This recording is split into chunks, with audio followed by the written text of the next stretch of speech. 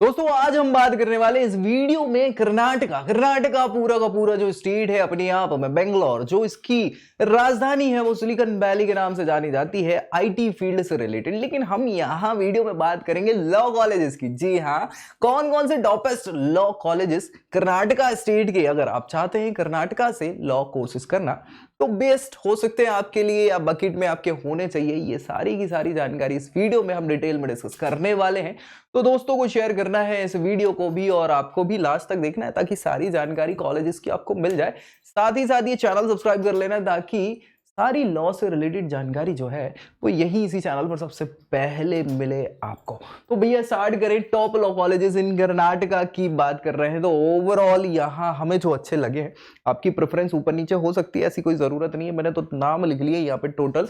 National law school of India university, ये तो NIRF की रैंकिंग नंबर 1 है। ये कॉलेज हर किसी को नहीं मिलने वाला, ठीक है। लेकिन हाँ, अगर आप वो हो सकते हैं जो इस कॉलेज में चले जाए, जो प्रिपरेशन के बेसिस पे होता है, क्लैट के बेसिस पे आप टॉपेस्ट रैंकिंग लेके आओ, बिल्कुल मिलेगा ये कॉलेज। इसके अलावा school of law Christ University के अंदर है ये, मतलब क्राइस्ट यूनिवर्सिटी का स्कूल डिपार्टमेंट है लॉ का।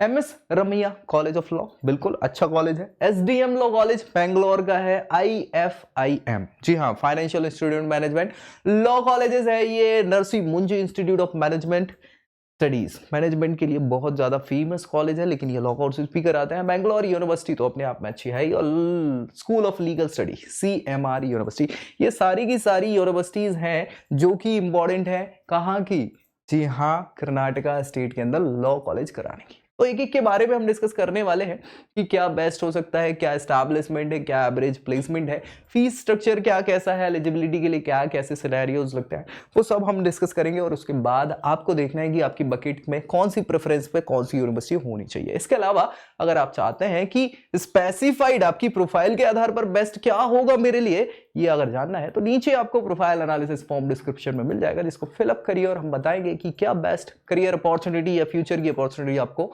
हो सकती है, ठीक है। तो चलिए, national law school of Indian university NIRF ranking law में नंबर 1, स्टैब्लिशमेंट 1986 का है। BLLB और LLM के प्रोग्राम कंडक्ट करवाते हैं। फीस देखें अगर हम, तो जो इंटीग्रेटेड प्रोग्राम है BLLB 11 लाख के अराउंड इसकी फीस है।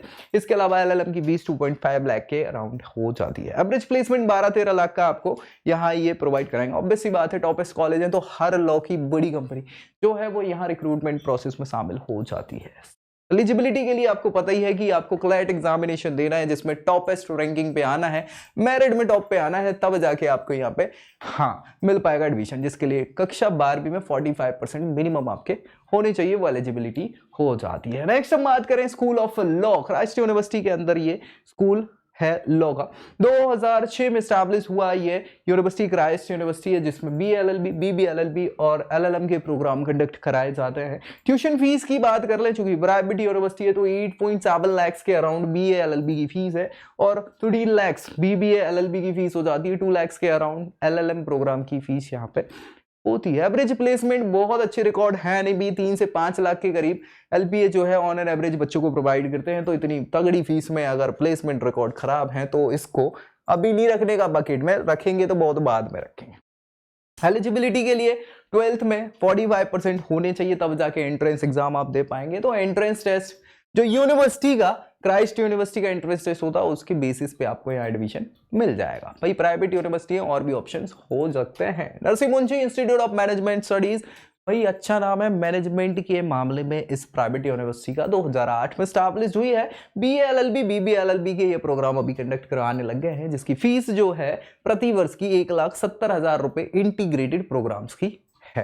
एवरेज प्लेसमेंट इनके 11 लाख के आसपास, क्योंकि मैनेजमेंट में भी इनके अच्छे प्लेसमेंट के रिकॉर्ड्स हैं, तो BL लॉ में भी ऑब्वियस सी बात है हो ही जाएंगे। 11 लाख के आसपास ये रिकॉर्ड्स मेंटेन करके रखे हुए हैं एवरेज प्लेसमेंट का, जिसको आप प्रेफर कर सकते हैं। और कक्षा 12वीं कक्षा में 50% मार्क्स के बाद आप क्लैट एग्जामिनेशन दे सकते हैं, या फिर नरसी मुंजी इंस्टीट्यूट ऑफ मैनेजमेंट साइंस का जो एंट्रेंस एग्जाम होता है, हाँ लॉ एंट्रेंस टेस्ट या लॉ एडमिशन टेस्ट, उसके बेसिस पे भी आपको यहाँ एडमिशन मिल जाता है। फिर बात करेंगे भैया MS Ramaiah college of law. जी हाँ, 1995 में स्टैब्लिश हुआ ये कॉलेज है। BA-LLB, LLB और BCom LLB के साथ साथ LLM के प्रोग्राम ये कंडक्ट करवा देते हैं। फीस जो है टोटल ऑल टोटल, मतलब BA-LLB या BBA-LLB, BCom LLB जो इंटीग्रेटेड प्रोग्राम है 8 लाख के अराउंड इसकी फीस हो जाती है। प्लेसमेंट के रिकॉर्ड्स की बात करें तो बहुत अच्छे हैं नहीं, 4 से 5 लाख के अराउंड एवरेज प्लेसमेंट आपको मिल जाता है।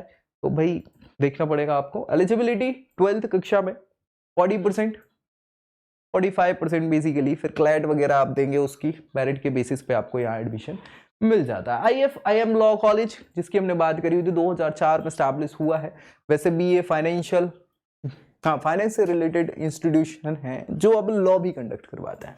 तो LLB BBA LLB के ये प्रोग्राम कंडक्ट कराते हैं। फीस जो है वो भी 4.5 लाख के करीब जो है LLB कोर्सेज की है, 9 लाख के करीब BBA LLB की है ना। और प्लेसमेंट रिकॉर्ड्स 5 से 6 लाख के हैं पर ईयर वाले, मतलब LPA जो आपको मिल जाता है। एलिजिबिलिटी 50% 12th में, उसके बाद क्लैट, स्लेट या फिर आईलेट का एग्जाम होता है। IFIM इंस्टीट्यूट का लॉ एडमिशन टेस्ट है ना, तो आईलेट जिसको बोलते हैं, उसके बेसिस पे आपको यहाँ एडमिशन मिल जाता है। बेंगलोर यूनिवर्सिटी अच्छा नाम है, 1964 में स्टैब्लिशमेंट है। BA LLB और LLM के प्रोग्राम ही कंडक्ट करवाते हैं, जिसकी फीस जो है ठीक ठाक है, 82,000 के अराउंड पर ईयर की फीस है। BA LLB प्रोग्राम्स की एवरेज प्लेसमेंट जो है 6 लाख के अराउंड आपको मिल जाता है। तो भाई ठीक है ना कहीं 5 लाख के करीब, 4 से 5 लाख फीस होती है इंटीग्रेटेड प्रोग्राम की, और 6 लाख का अगर आपको प्लेसमेंट मिल रहा है तो ज़्यादा ही है, अच्छा है।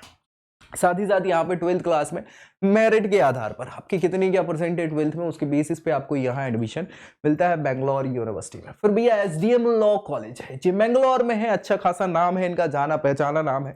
1964 बेंगलोर के बाद दूसरी सिटी है मंगलोर। हाँ भैया बहुत इंपॉर्टेंट नाम हो जाता है, दूसरी सबसे अच्छी कर्नाटका की सिटी मानी जाती है। 1964 में स्टैब्लिश हुआ है। BA LLB LLM और LLB के प्रोग्राम ही कंडक्ट करवाते हैं। फीस जो है 82,000 के अराउंड पर ईयर का फीस जो है इंटीग्रेटेड प्रोग्राम BA LLB का हो जाता है। एवरेज प्लेसमेंट 3 से 4.5 लाख के अराउंड आपको यहाँ देते हैं। तो बहुत अच्छा प्लेसमेंट तो नहीं है, लेकिन फीस भी बहुत ज़्यादा नहीं है, याद रखिएगा। 12th क्लास मेरिट बेस पे आपको यहाँ एडमिशन मिल जाता है SDM लॉ कॉलेज में। फिर बात करें स्कूल ऑफ लीगल स्टडीज, जिसमें CMR यूनिवर्सिटी के नाम से जाना जाता है। 2003 में स्टैब्लिश हुई है, 20 वर्ष ये कंप्लीट इस साल कर रहे हैं।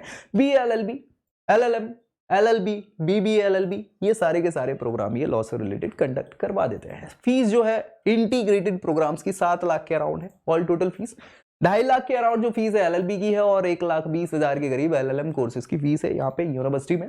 प्लेसमेंट रिकॉर्ड्स 3 से 4.5 लाख के ऑन एन एवरेज प्लेसमेंट ये कंडक्ट करवाते हैं। तो भाई देखना आपको है, आपकी चॉइस के आधार पर, बहुत ऊंचे नहीं रखना है इस कॉलेज को, है ना, प्रेफरेंस में या बकेट में आपको। एलिजिबिलिटी के लिए भैया 12th क्लास होगी, और 12th क्लास में मिनिमम मार्क्स 45 या 50 होना चाहिए। क्लैट एग्जामिनेशन देंगे, या उसके अलावा UGC नेट के एग्जाम के बेसिस पे भी आपको LLM प्रोग्राम वगैरह कंडक्ट करने को मिल जाते हैं। तो ये ऑल टोटल हमने जो बात करी है वो कर्नाटका स्टेट के लॉ कॉलेजेस की बात करी है, और ये अच्छे कॉलेजेस हैं जो हमें लगे हैं बकेट में। बाकी आपकी प्रोफाइल पे आपके लिए क्या सूट करेगा, कौन सा बेस्ट कॉलेज होगा फ्यूचर अपॉर्चुनिटी या करियर ग्रोथ से रिलेटेड, ये जानना है तो नीचे आपको प्रोफाइल एनालिसिस फॉर्म मिलेगा डिस्क्रिप्शन में, जिसको फिलअप करिए और हम बताएंगे कि आपके लिए क्या होगा बेस्ट अपॉर्चुनिटी या फ्यूचर ग्रोथ के लिए, करियर गाइडेंस के लिए। मिलेंगे अगले वीडियो में ऐसी ही जानकारी के साथ, तब तक के लिए I hope you like this video. For more such videos, keep watching our channel and do not forget to like, share and subscribe.